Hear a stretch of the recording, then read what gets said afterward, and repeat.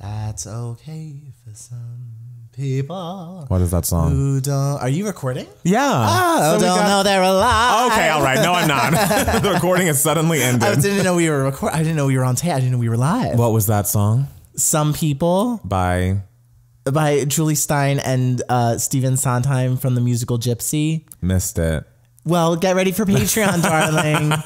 I don't know much about Gypsy. You never heard the song Some People? No. Some People. You can keep saying it. It's truly iconic. Never heard of it. Jesus Christ. I'm sorry. I've heard of And I'm Telling You. Cool. Yeah, that's an iconic song. Yes, and so was Some People. And I'm telling you, would not be around if some people didn't. I mean, that's not true. But like, for the sake of this argument, it's true. Okay. Because Gypsy, if Gypsy had not happened in musical theater, it would cease to exist. I don't know that that's true. So yeah, that's. I don't know that that's true. It's true.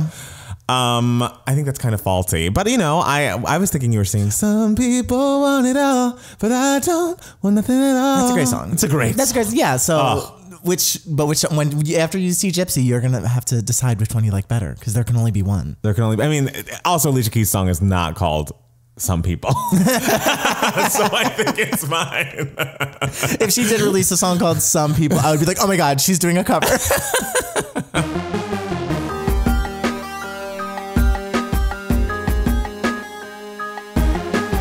Hey everybody, welcome back to another Two Gay Matts podcast. Yes. It is Matt Steele and Matt Palmer. Oh, guys. We're back again, episode 21. Honestly, it feels like it's been forever. Like this week I know. feels like it's been a long week. It has been a long week for me. Yeah. I mean, just like the thing is, I have this big project that needs to get done before I leave for the holidays, and that's happening on the 18th. And so I'm trying to work as much as I can, get this whole project basically it's a paper that I have to finish and write up, and I have to do this for my day job. And I was about to be like, what the hell are you doing? I thought you were like gonna do something like actually exciting. No, it's for my day job, but then I can go home and rest, and I've decided I'm gonna buy a MIDI controller keyboard so I can work on some music when I'm home. I have a whole plan about when I'm being home. How much does something like that go for? Like $50. Like, it's just that thing that's not really, it's not like there's sounds in it. You just hook it up to your computer and then the sounds come from there. You're just controlling the sounds. Okay, that thing that I hear like through the walls. Yes. You just like, guys, like I literally hear through the walls just like angry. Tap, tap, tap, it's not angry. tap, tap. I don't know why you say it's angry. It's and not I'm just angry. like, oh, he's composing. He's hard at work. I'm expressing. I have things to do. It's like Beethoven with his little pen. I know. Beethoven quill. could never. I saw Amadeus. He was a flop. Matt Palmer. Yes. How was your week? Oh my God. The first time for everything. You asked me first. I know, because I'm trying to think how my week was and I honestly can't remember. So I'm like, okay, as he's describing his week, then right. I will. You really could have kept it as like, I just wanted to ask you first. I just wanted to ask you I thought how first. my week was, and I thought it'd be better for you to start so I could think about what my because I'm really trying to think, and I'm just like, oh shit, what did I do? My week was mostly busy. It was a lot of like working late and then coming home and working more, which is not my thing. I love to clock out and clock out. Mm-hmm. So this is not my jam for that. So there was a lot of that kind of thing, but I feel like this weekend was very nice. It was a nice respite from that work. I went and saw Love Actually live at the Wallace Theater in Beverly Hills. Yeah, he was describing it to me and I was like, this sounds like The Little Mermaid live. It was a very similar, like we're watching all of the scenes, but then we're just interjecting songs that some of which are in the movie and some of which are not. I thought it was very funny that the Beatles, like people were singing All You Need Is Love, people were singing Beach Boys, God Only Knows, and the scene where they're going to sing Mariah's All I Want for Christmas Is You, they had to replace it with Kelly Clarkson's Underneath the Tree, because I'm sure Mariah was like, no, you can't sing that there. Sorry. Best of luck to you guys, though. I'm sure it wasn't Mariah herself who said it. Well, I mean, I'm sure it was her people. There are just like, it's this much money. And they were like, that's not enough money for this song that we've literally made $60 million on in the past 25 years. So she sang Underneath the Tree and they really tried to make it All I Want for Christmas Is You. And they slowed down the first verse. So it was like orchestral. And then at the end where, the girl's pointing and ends up pointing at the little drummer boy who's like, All I Want for Christmas Is You. Mm-hmm. It was like, what are the lyrics under the tree? There's like a you lyric that's kind of a stretch. And Underneath the Tree, and then it's like, because all I want underneath the tree is you, and it's like, and I can see the audience like being like enjoying the performance, but being like, this isn't a song we know. This isn't it. And we want our money back. It just seems crazy. Why would you even put I feel like that's when you're like, well, can't do it.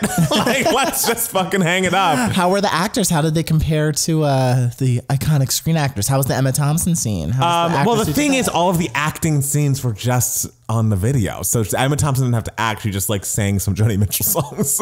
Oh, so a woman came on and sang Joni Mitchell. Yeah, but dressed as Emma Thompson in the show. Like they only sang the songs. So absurd. Like that is so ridiculous. I had fun. I enjoyed it. Was it like a big theater? No. It's pretty small. It was very nice. A very nice theater, but it was not big. Okay. And also there was one, I feel like I'm talking shit about it. It really was a lot. No, but I mean, it's a type of thing where like you go to see it because you enjoy it and to like make fun of it a little. Yeah. Like, you know, and because they also it's like self-aware. had to like squeeze some pop songs in to like fill out the music that was used. Like they used 2 Joni Mitchell songs. They sang River at the beginning and they sang both sides now. Okay, so we know Joni Mitchell's giving away her songs. Mariah's not. They threw in like a random The Calling song. They threw in a random song from, who was it? Maroon 5. There was like a random Maroon 5. And it's like none of these songs were in the movie. None of these songs were on the soundtrack. Maroon 5. Yeah. All right. Just like, I mean, the thing I guess the Maroon 5 song was on the soundtrack, but it truly has nothing to do with the movie. Like it just was a song that they had. Okay. And so there was a lot of squeezing in songs that like kind of didn't fit. But I mean, it was very good. And I must say both of the kids, the little boy who's Liam Neeson's kid in the movie, the kid who sang a couple of those songs was fantastic. And he was one of those kids where I was I was so excited for how great he sounded, but I'm like, oof, when his voice changes, he is going to be upset. Because like, if you ever have sung as a young person, once your voice changes, it's like a whole new world. I was literally just talking about this with someone. The day I realized that my voice started to change, I remember turning off the musical theater I was listening to.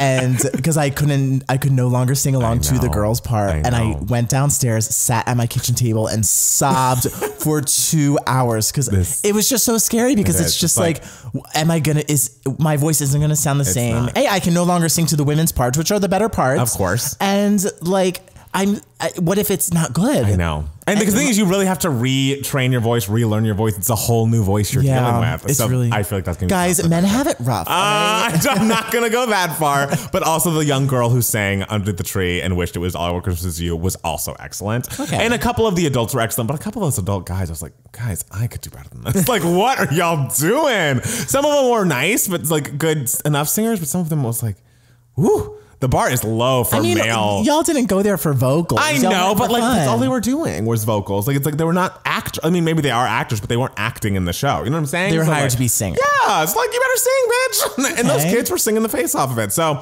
well, I mean, little child actors, they're trained. That's true, but I feel like it's either one or the other. Like I remember when I saw Les Mis out here, and all of the adult performers were amazing, and then the Gavroche, I was like, wow, we're just dragging children here, aren't we? I mean, we love everyone, but little Gavroche and little Cosette, I was like, there's a note you should be hitting. I just have never been a person that's like, oh, look at this child sing. Aren't they doing a great job? It's so cute. I'm like, it's just like, you demand perfection. Yes, it's either JoJo, Michael Jackson, or a flop. Like I just don't deal with children singing and just say, since they're trying, it's great. Like, I mean, that is very infuriating because it's kind of just like, little kid, you are getting paid for this. You are in a union tour. Yes. Let's go. Let's go. Get your voice together. Get your voice together. One song. Realize how great I was when I was singing Castle on a Cloud when I was a little boy. You were lovely. I was incredible. Wow. And I did not get that opportunity. So girl, you better get it together. This is what I'm saying. So how was your weekend? After we've dragged children. My week was good. Yes. I'm very excited because I've been working on a new screenplay,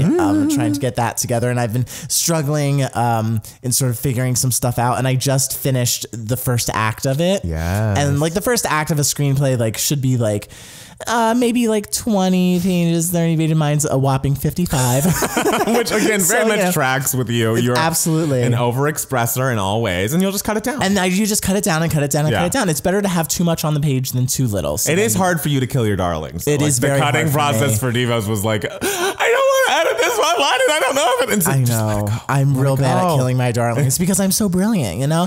And so everything I do is just magic. Well, anyways. No, but I'm very happy that I finally like finished that. And so then I want to like send it to like writer friends and be like, hey, I'm sort of struggling with this. Here's the first act. Where do you see this going? Or should I just scrap it? Is it the concept that we've discussed before? Yes. So it's a good concept. We love a concept. Darling, I know what I'm doing. Okay. So yeah, that's sort of been the highlight of my week. And you know, I saw some friends. One friend, Matt Bridges, is out of the country at the moment doing a fun project. We miss you. Our former co-host. Former co-host. Yes. Well, your former co-host of the podcast, yours. but like our former co-host of the Two Gay Mats YouTube. It's true. That is true. So he went out of the country, and I might not be able to see him until after like January and everything. So like hung out with him, my friend Fernando, for a little bit, and we had a good time. And you know, just had a good week. That's overall. Great. It was lovely. That's great. Yeah. Well, do you want to dive into some news? News for idiots? For those idiots. There's so many idiots, and they need their news too. Yeah. Like all of us. So there's a rumor. Beyoncé is supposedly preparing for a Las Vegas residency for 2020. Okay. And from what I hear from B. Scott, she would become the highest paid entertainer at the Strip of all time. Oh, I know. I mean, like bigger than Barbara? I guess so. I mean, I think right now Celine is I don't remember who was the biggest, but somebody was big that isn't Barbara.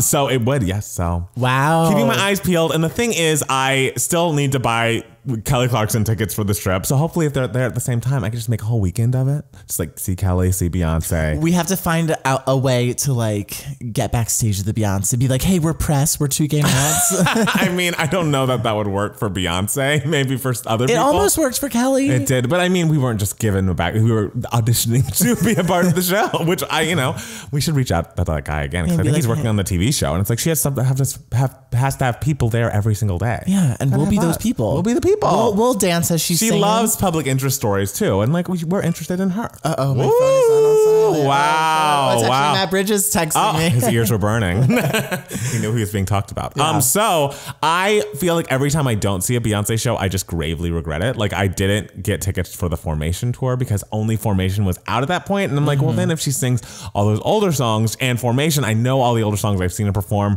Grown Woman. I went to the Mrs. Carter tour. Maybe I'll just skip this one, and apparently it's so amazing, and she did the whole fucking Lemonade album, which wasn't out yet, and I just can never miss another show of hers. I just can't. Whatever show she does, I'm going besides the ones with Jay-Z. Okay, any sort of fair. Beyonce solo show, I will be attending. By the way, his birthday was this week. I had no idea he was 50. Yeah, I had no idea he was that. He looks great. He does look good. He looks great. I mean, he looks young. He looks okay. I had no idea he was 50. Yeah, no, he looks good for his age. Damn. Yeah, good for him. You better get it, Beyonce. You better, hey, He and Mariah, they were the same age when they did Heartbreak. I didn't, Mariah. I just wanted to be known that I did not say an age. The point I'm making is that Jay-Z's first #1 single was on Heartbreaker with Mariah Carey in 1999, and they were contemporaries. That's all I'm saying. Okay, that's fair. That is fair. So would you go see Beyonce in Vegas? Sure. Yes. How much would you pay for a ticket?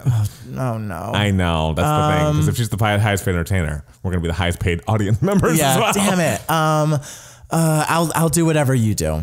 I'll do it. To see Beyonce. It's my only time seeing Beyonce. I've never seen Beyonce before. You have to see Beyonce once before you die. You've never seen her? No. Oh, I didn't know that. Yeah, no. That sucks. That one time you saw her in Vegas, I went we all went. You went alone. Because I was like, we can all buy tickets the first day they're released. And like, we might buy tickets later and just sit wherever. And I was like, okay, good luck with that. I'm going to be on the general levels. Thank you. Yeah, it's like when I saw the Spice Girls. It's just like, no, I will not like buy the $100 tickets. No. I will be buying like the $300. Yes, exactly. My tickets were like $350 at the time. So it was an expense, but a worthy one. She did a great job. And I saw Grown Woman live. How many people can say that? Oh, what a song, Grown Woman. Not everybody has that. Not everybody has that. So also apparently Disney is making an Aladdin spinoff for the one white character in it. Yeah. Did you see the live action movie? I didn't. Okay, because that's when the white character was added. And the thing is, I remember there being a hubbub about there being a new white character in the movie. But then once the movie came out, I didn't hear anyone talk about the white character. No, I had no idea that a white character existed until I heard this news. I knew that they existed because people were upset when he got cast, but then they're now in the announcement of this are like the scene stealer Billy Magnuson, who does I have seen him in other things and he is funny, but like he is good. He is good. Yeah, he's very good in Into the Woods. He was in Into the Woods? Yeah, I didn't know he was. Rapunzel's prince. Oh, yeah. So he played my part. Yes. Oh, just exactly. We are similar. Same types. He's good on Kimmy Schmidt, which I've seen him on. But once the movie came out, I truly did not. I heard about Jasmine. I heard about several characters in the movie doing great jobs. And I did not hear one word about him. And then they're like, the scene stealer of the film might be getting a spinoff. And it's like, what's he the scene stealer? Yeah, all the comments were just like, he was in it for like 2 seconds. Right. Like, I just don't think it's crazy. And then also, this also comes right after an article was published that I know this star, timing. Yeah, Mina Massoud, who played Aladdin in the film, and it has made $1 billion at the box office, has said, I have not gotten an audition since that movie came out. Yeah, which is crazy. I mean, I know he's also has a recurring role in a Netflix series. I think it's Hulu. Hulu was one of them. And then the audition was before the movie came out. I heard he got that before the movie came out. But it's just kind of, it's either like, what's his agent doing? Though also, maybe the agent is kind of saying, maybe he's not getting these auditions because he's getting these auditions and or offers that, and his agent's just like, this isn't good enough. Isn't good enough for him? He was literally just the star in one of the most financially successful movies of the year. Why does he have this maybe bad, small, or stereotypical role that he's better than? So, which, you know, good for that agent. Or either the agent is good or the agent's bad. I don't know. But because it doesn't make sense that he would not be getting auditions at this point in his career, auditions, right? like come on. Come on. It's crazy. I will say I just read to the bottom of this and care about it less. It's for Disney Plus. What's the for spinoff Disney? would be for Disney Plus. Oh yeah, of course. Like, he's not getting his. I thought it was gonna be a film. Oh no, that's what I thought, and I was like, really? Well, also I was kind of thinking because besides the fact that this is like the only white character in Aladdin, and he's getting his own spinoff, it's kind of just like, who wants that? No one wants that. The thing is, I think Disney Plus, I mean, not really. They have so much back catalog, but like, I feel like with the streaming services, it's now becoming like, we just need fucking content. Yeah, that's true. We need something to fill things out. And who knows if it's a hit? Let's just not spend a bunch of money on it just so we have things there and people can find it. And then maybe they'll love it or maybe it'll just be there. So yeah, okay. I mean, I feel a little bit better about it being on Disney Plus, but I do hope that this actor who played Aladdin gets a lot more roles because apparently he was very good in the role and, you know, catapulted the movie to $1 million or $1 billion, excuse me. Yeah, and, I mean, we know he at least can do it. We know he at least has the skills to like act in something, you know, something big and carry a movie. So all of the casting directors listening to this podcast, because we know you are. Oh, well, I mean, the interview he gave where he said this was probably the best thing he could have done. That's true. Now I guarantee you people are like, oh, we want to be the first one to send him an offer. Look how great we are. That's true. So we'll be it. Do it. Hey guys, the squeaky wheel gets the grease. So what did you think about that Peloton ad? Did you watch it? I thought it was fine. Okay, it was a little silly and stupid. Like, it's weird that she was making a video blog for her husband to show him the following year. Like that's like a little weird. But like, honestly, all commercials are awful. That's the thing. Like, I feel like commercials are so bizarre all the time. I think it's odd that this one jumped out as like being so bad. I mean, the fact that her husband bought her an exercise bike and she's already like 11 pounds. Yeah, that's a little weird. But I mean, that's literally any exercise commercial. True. Any exercise equipment, everyone is super skinny and looks amazing. And it's like, okay. And I guess her eyes were kind of bugged out the whole time. Like she was very much like, I don't know if I can do this. You know, so like that. Yeah, but like, it was a little strange and funny, but I didn't realize it was going to be as big of a deal. When Peloton was trending, I was like, why are people talking about cakes? Because I was just like, why are people talking about cakes? I don't get it, because I had never heard of a Peloton before. And I realized I was thinking of a Panettone. So I was like, why is everyone talking about Panettones? That's so and then funny. I like checked to see what this thing was that was trending. And I was like, oh, it's an exercise bike. I don't care about this. And then I saw the commercial and I was like, why are people going nuts over this? I really don't understand the craziness behind it. I mean, I get that it's a little freaky, but I think there are so many, every ad I've seen ever in the past 10 years is so strange that I'm like, I guess the point is for it to go viral. I feel like Peloton's probably over the moon that this has gone viral. Oh, of course. God. Even though it's like, well, this ad is awful, blah, blah, blah, all these thumbs downs, but like, well, you're still talking about Peloton bikes. That's all we really wanted. Yeah, Peloton ad is like the cats of commercials. I mean, honestly though, the more we hear about cats, I think even you are like, this could be very bad. It could just be something. We just read this week that Taylor Swift has not only written Beautiful Ghost, but several songs for the movie. I'm nervous about that. Because it's like, are they going to take out songs from Cats? If they take out Skimbleshanks, the railway cat, I'm going to riot. To replace them with Taylor Swift, Andrew Lloyd Webber originals? Like, from what you've seen in the future trailers, there's a lot of dialogue. Yeah. And Taylor Swift is scoring it.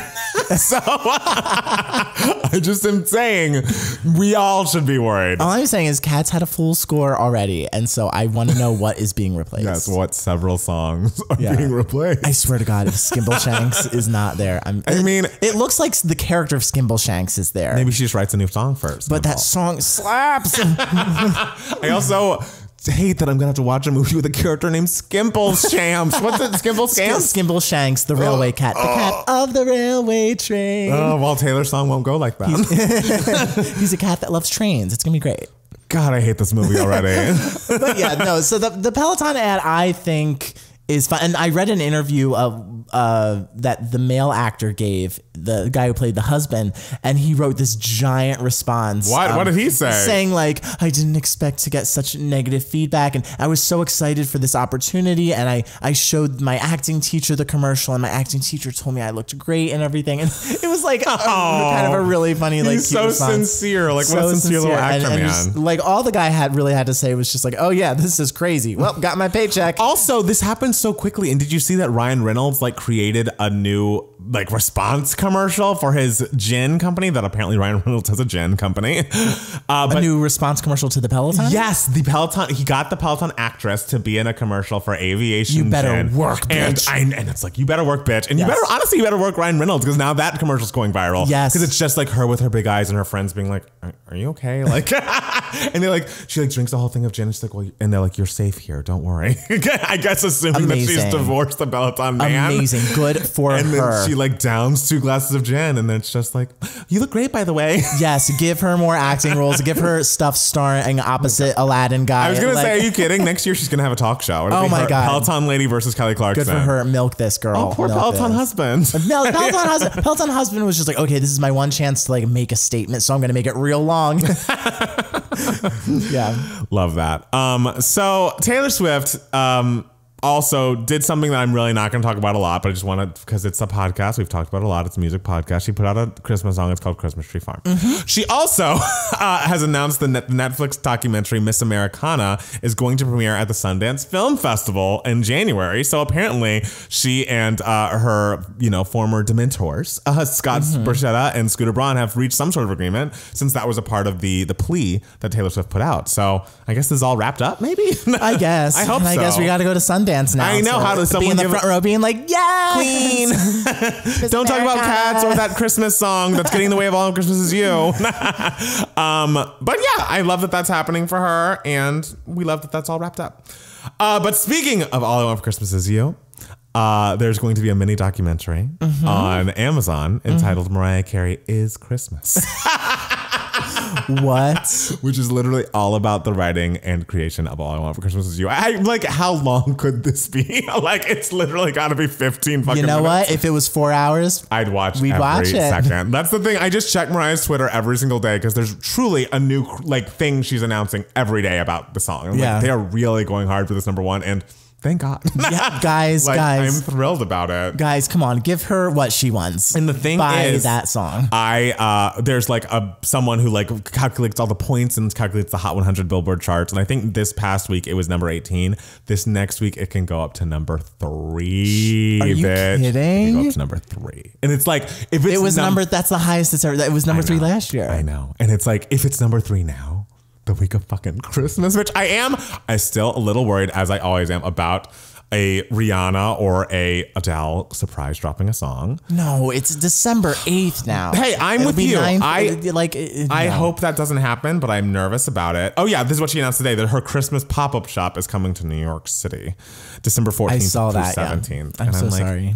Why nothing in LA? Like, if BravoCon is not in LA next year, I'm gonna fucking riot. And Mariah has had a Caution pop-up shop, and now the Christmas one, and it's like, what about LA? The thing is, she's based in LA now with the kids, and she's going right to Vegas. Why can't we get anything? It doesn't feel like Christmas in LA. She's gonna do it in New York. There are lights at the Grove. Ooh. It's nice. But I am excited. I am excited to see the pictures of the pop-up shop, see what it looks like. I'm excited for her to be hopefully number 3 next week, and hopefully number 1 the week afterwards, until Christmas. Until the end of time. Until the end All of I Want for Christmas Is You is the I last just feel like #1. if Jennifer Lopez is going to get a motherfucking Oscar nomination, I need Mariah Carey to go number 1.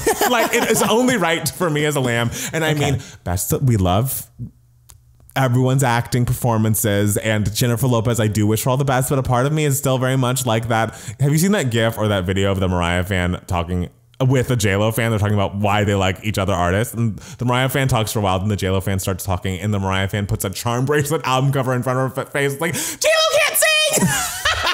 Wait. I need to find it and show it I've to you. never seen this. It's What? so funny. It's like these two like vaguely Latina ladies talking about like J-Lo. I think it's honestly the J-Lo girls getting interviews. Like, why do you like J-Lo more than Mariah Carey? It's like, well, J-Lo's so sexy and she can dance. And then there's the girl in the background with the charm bracelet, vinyl in her hand, being like, J-Lo can't sing. The great thing about that is that she chose to have it be the charm bracelet vinyl. I mean, it was the charm bracelet era, so it was early 2000s when J-Lo was everywhere, and Mariah just put out charm bracelets. So. And so the Mariah fans were desperate. Pissed.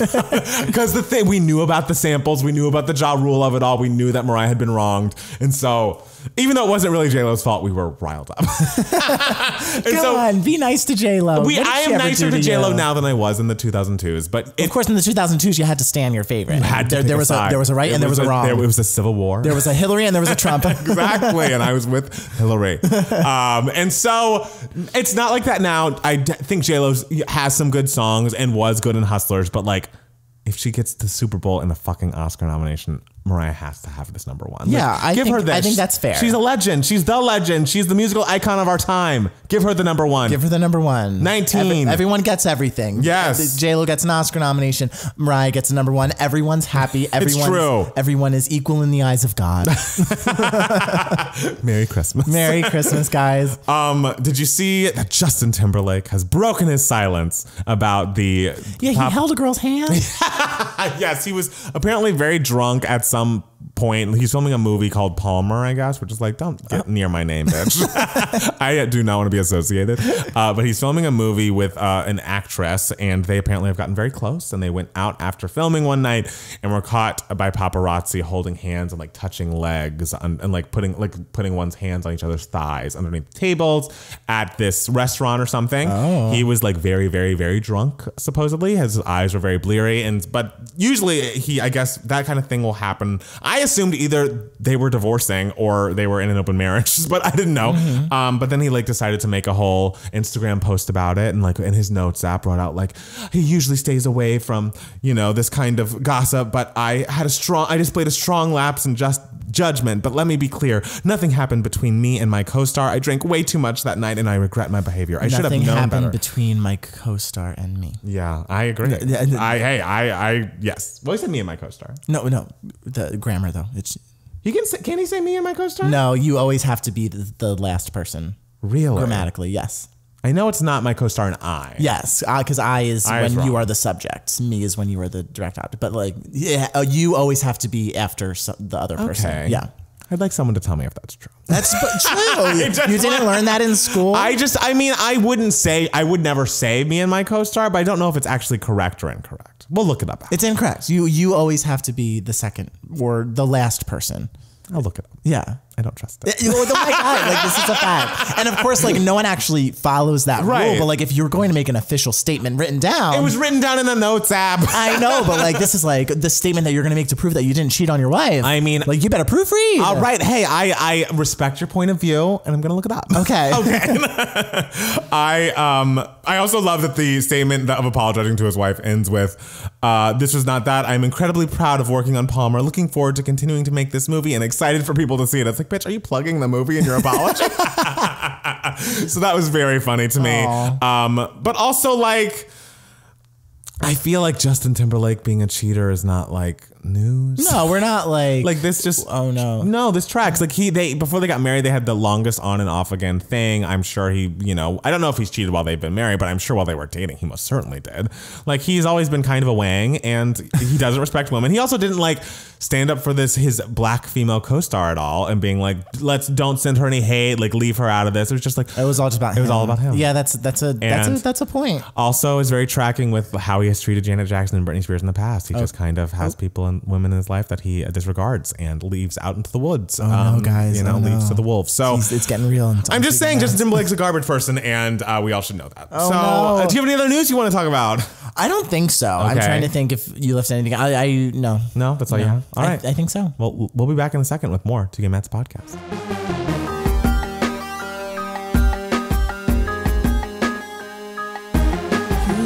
Without a doubt, I'll turn you out, give it to you. Who sings that? You'll never guess it. Who? Jordan Knight. Who's that? He was in New Kids on the Block, and he had a late 90s, maybe early aughts single called Give It To You. It's very sexual, but amazing. Okay. And was written by Robin Thicke. Okay. Which shows you why it's sexual. And it's excellent. Oh. It kind of has a carnival theme. Oh. It's like a sexy carnival vibe. Oh. It's amazing. A carnival theme? That doesn't seem like you. I know, and I love it. Yeah. When I think of carnival theme, I think of that Adam Lambert song. Wait, which song? I literally don't even know what it is, but I hate it. Yeah, because it sounded like a circuit. You were like, I hate this. It sounds like a circus. I don't like, it also reminds me kind of Independent Woman Part 2.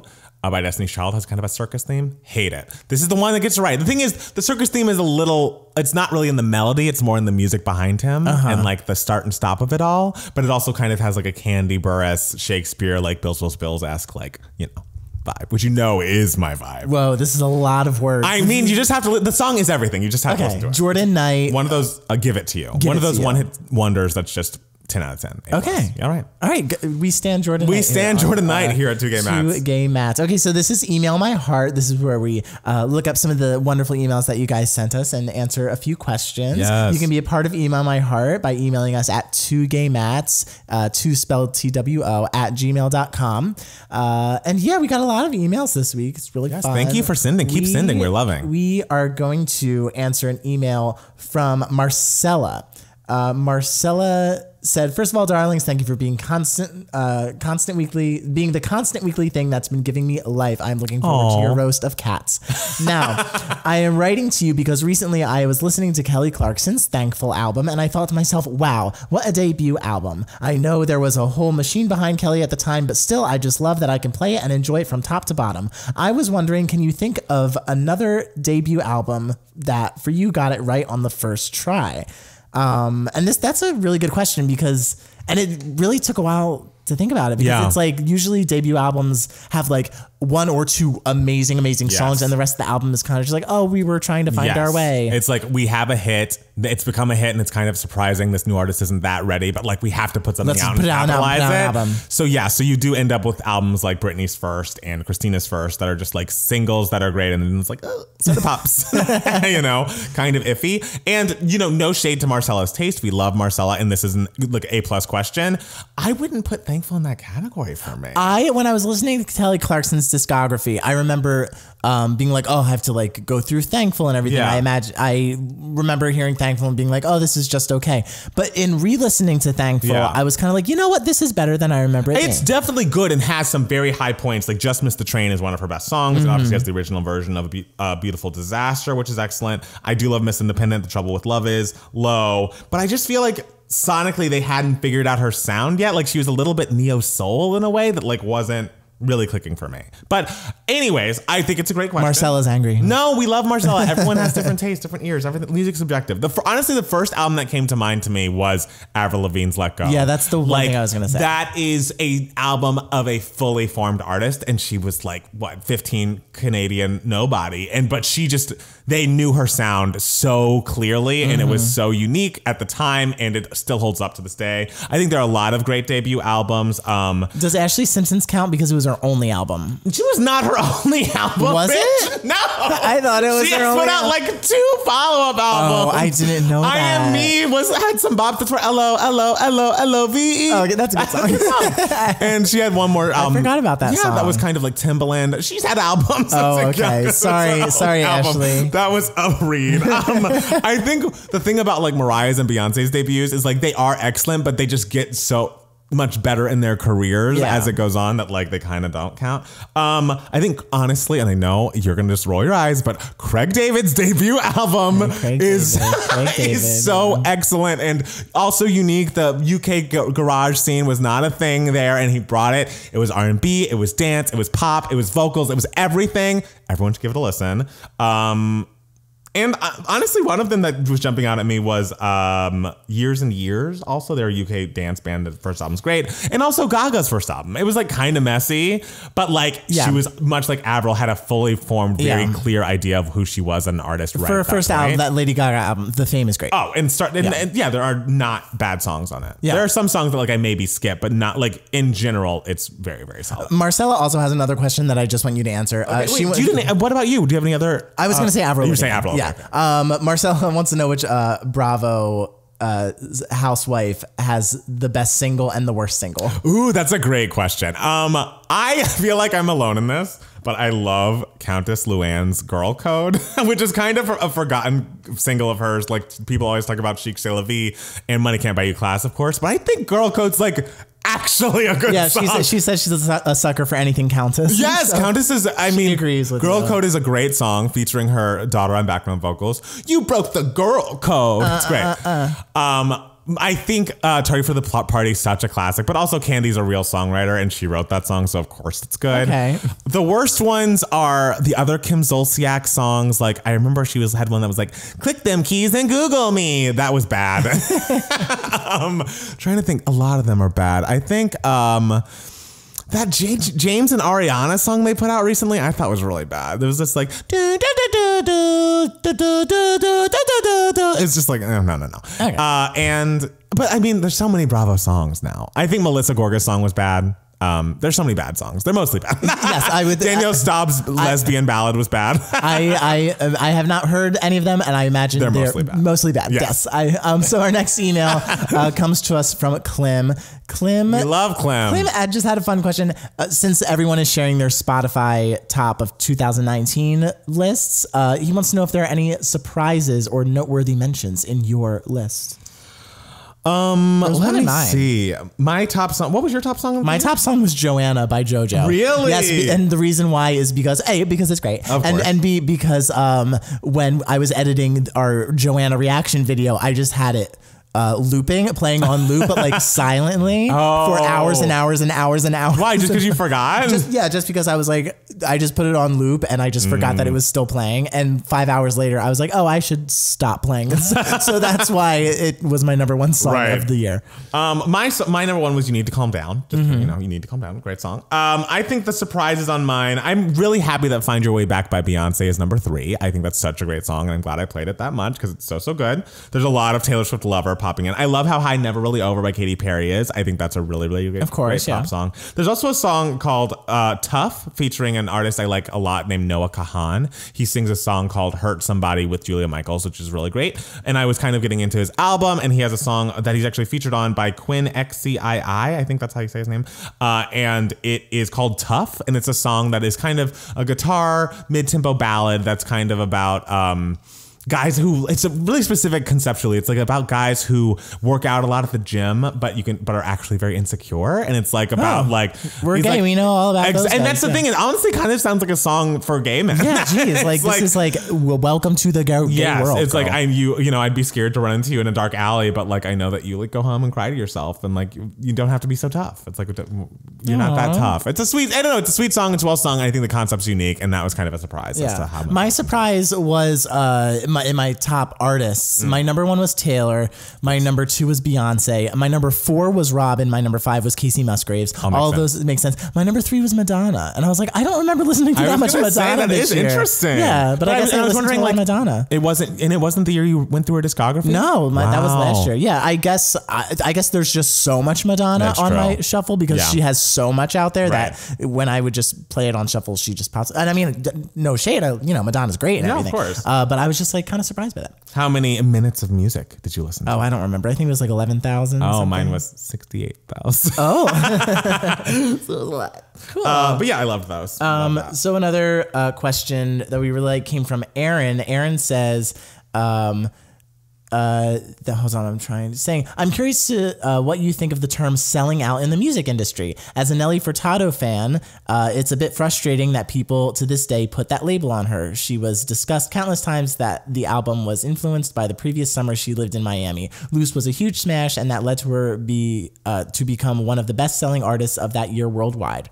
Her last 2 English albums, including the underrated Ride, which didn't even chart in the Billboard 200, are excellent, and no one gives them the time of day. Liz Phair, Maroon 5, and Avril Lavigne are a few others I hear associated with this term. My question is, do you think this term has an effect on artists today? What is your scale of accessing whether an artist has sold out, and does this label ever prevent you from further supporting an artist?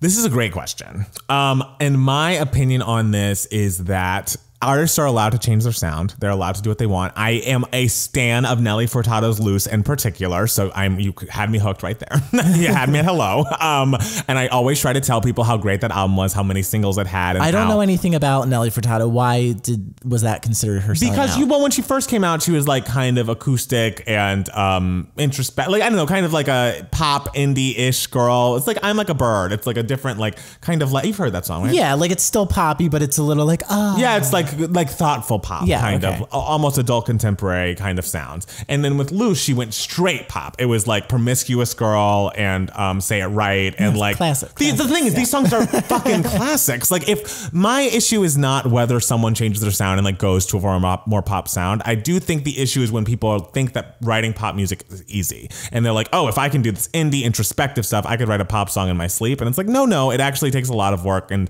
it's a very specific skill set to do that. So Nelly Furtado with Timbaland, I thought was actually a perfect collaboration. I would never use the term selling out for her. And no matter what sound she makes, I'm interested in the music she makes. I really liked The Spirit Indestructible, that song when it came out. The album, I don't think I really clicked with me, but the song I thought was lovely.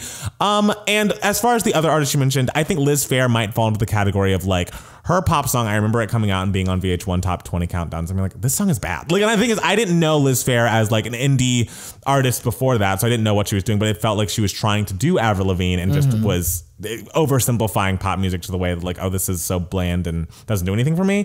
Maroon 5's sound did change a lot, and I do actually miss their early stuff when they felt more like a band. Like now it's more like Adam Levine goes in this studio with like very famous like Max Martins and people and makes songs. Some of them are really good. Like I liked Overexposed. I thought that was a good album, and I really remember loving The Man Who Never Lied, I think is what the song is called. They had a lot of good songs. Payphone was on that album. One More Night. A lot of great songs there, but I do think lately post that they've kind of been, you know, flying on autopilot. But again, to me, it's not about, oh, this artist has made the move from one genre into pop music. It's more, are they taking pop music seriously and making the best pop music they can? Or are they just feeling like, oh, pop music sounds lazy to me, so I will lazily make a song? Yeah, it's kind of just like, if they change their sound, whatever, but like, is it good? Is it like, good? Like all you care about is just, is it good? Right. Make it good. And the thing is, the term, then it's good. Yeah, and the term selling out in the 90s was this, but also like, oh my God, they're selling this in a car commercial, or they're using it in the commercial. It's like now, since the music industry has changed so much and it's very hard to make any sort of money,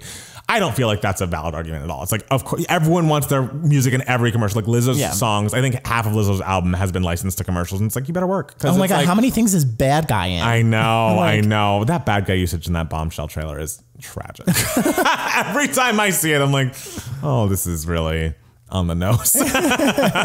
But yes, so I feel like that term for selling, I think selling out is kind of an outdated term. People are allowed to change their sounds, and if they take it seriously and want to do great pop music, there's nothing wrong with that. There's enough room for everyone. But if you can't just lazily be like, okay, I'm gonna be a pop star now, because like if Britney can do it, she doesn't do anything, I can do it. And it's like, it's like, well, Britney's doing everything. Britney's doing everything. She's the queen, so don't discount her majesty. I mean, I can't add to that because that was great. Yeah, do you agree? I agree. Okay, good. I thoroughly agree. Same page alert. I think as long as it's good, then it's fine. Then then it's valid. Yeah, that's all people want. It's good shit. Yeah, as long as they feel good. Yeah. Do we have more? Is that the last email, right? Yeah, yeah. Okay, good. So Matt, still have a question for you. Yeah, it's a crazy question.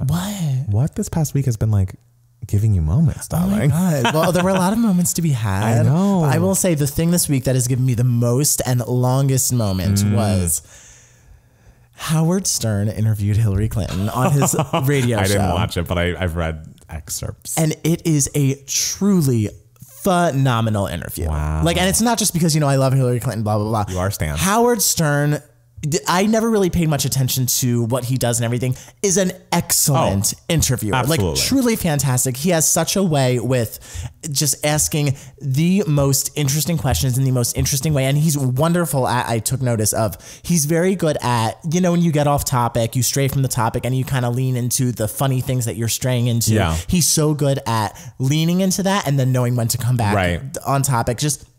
And it was just such an amazing interview. It's like 2.5 hours of her just like sitting there, and they're literally just talking about everything from her love life to her policy to election day to like what Beatles she thought was the cutest, how she loves the Rolling Stones, like stuff like that. What was the biggest bombshell you got from the interview? Oh my God. I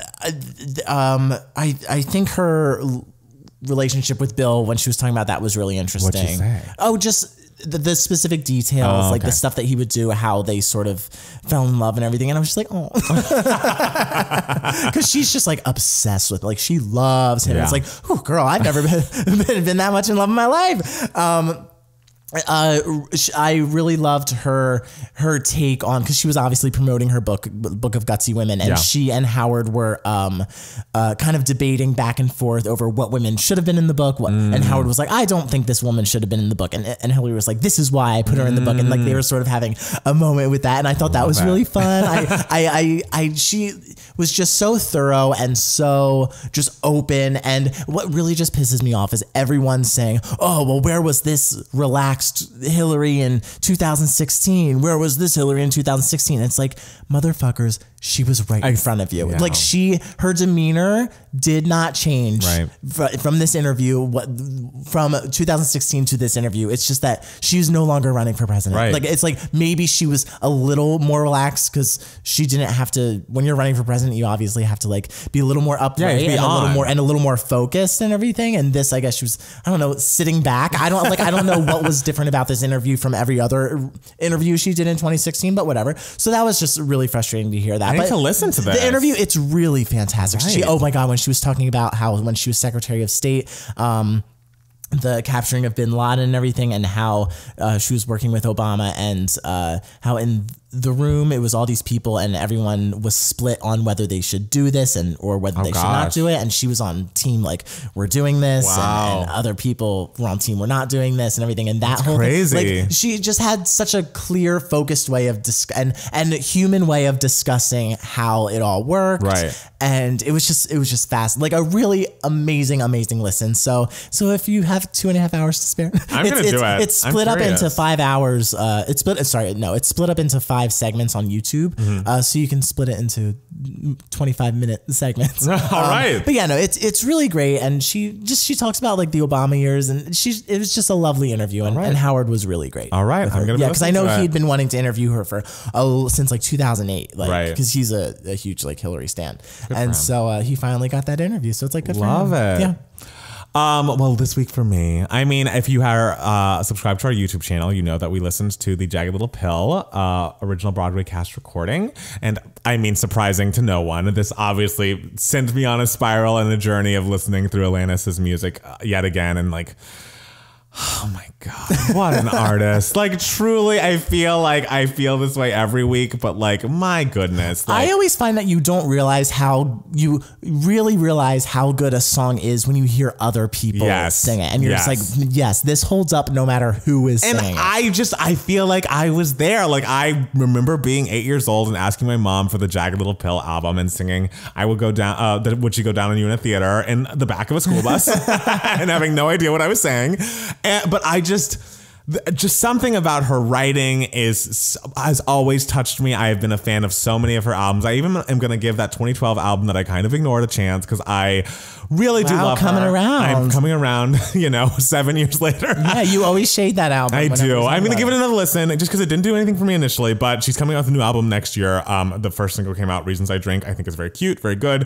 And I'm excited for the new album, her new chapter. But just like lyrically, vocally, melodically, what she has done, especially in Jagged Little Pill, obviously when she was 19 years old, writing these songs, and then like you hear songs that are in the musical like So Unsexy and That I Would Be Good, and I just was listening through her whole discography this week and being like, God, she's really one of those artists that I almost forget how much I love. Like looking back at my decade Wrapped, I think she's my second most listened to artist of the decade. It's Mariah, then Alanis, and it's like I really do love her, and I've never seen her in concert. I think I'm going to go to the Hollywood Bowl next year and see that Jagged Little Pill 25th anniversary concert. I just think she is so wonderful, and I've been watching interviews with her, and she's so self-actualized, and she's changed so much from the kid we met in 1995 who was like, wearing shirts with too long sleeves and uncomfortable with hair all in her face, and and now she's so together, and she like has worked through her demons, and she's happy and married and having babies, and it's just like such a happy ending for her. And I'm glad that we're, Yeah, I don't know. I feel like so many female artists, once you get to a certain age, people just forget about them. But I feel like there is a reverence for Jagged Little Pill, especially. It should be for more of Alanis' whole discography, but Jagged Little Pill will take it. And I feel like people still recognize the genius of that and like still feel the way they still can recall the nostalgic feelings of how they felt when that album came out. And so I'm happy that this is going to be such a success. I think it's very smart. You know, I love a smart marketing move. Very smart of her to plan to put this album out right after this musical's coming out. Oh, absolutely. Like, and the 25th anniversary. It's like very well timed on her part. Like Taylor Swift could never. I mean, she could, but she'd be proud. But I just think everything is, I love a good rollout, and this already feels like a good rollout. And I just love her artistry. I love her lyrics. I love her music. I love everything about her. And I'm so happy that she's still in public consciousness. So let's go, we love Alanis, queen.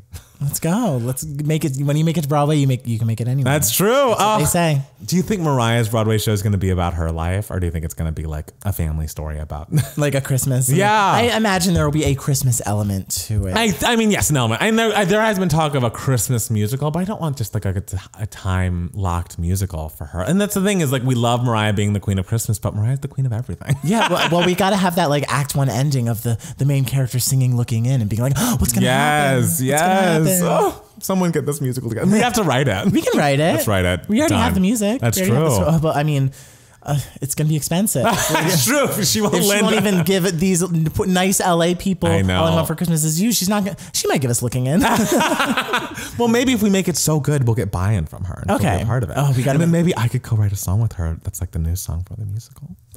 Okay, these are all good ideas. Let's go. Someone get in touch with Mariah and tell her that we're interested. All right, let's go. Oh, guys, do you have anything else to tell the people before we say goodbye? What a wonderful week. The holidays are coming, guys. Yes, I hope you're all enjoying your pre-Christmas Hanukkah Kwanzaa seasons. Yes, All I Want for Christmas Is You is might be at number 3. Hopefully number 3. So keep streaming and follow us at Matt Palmer Music. And it's Matt Steele. And 2Gay Mats for both of us. Go to youtube.com/2gaymats to watch our videos. Go to patreon.com/2gaymats for an extra bonus video from us every single week for as little as $1 video. And I guess we'll be back soon with another 2Gay Mats podcast. Love you guys. Love you. Bye.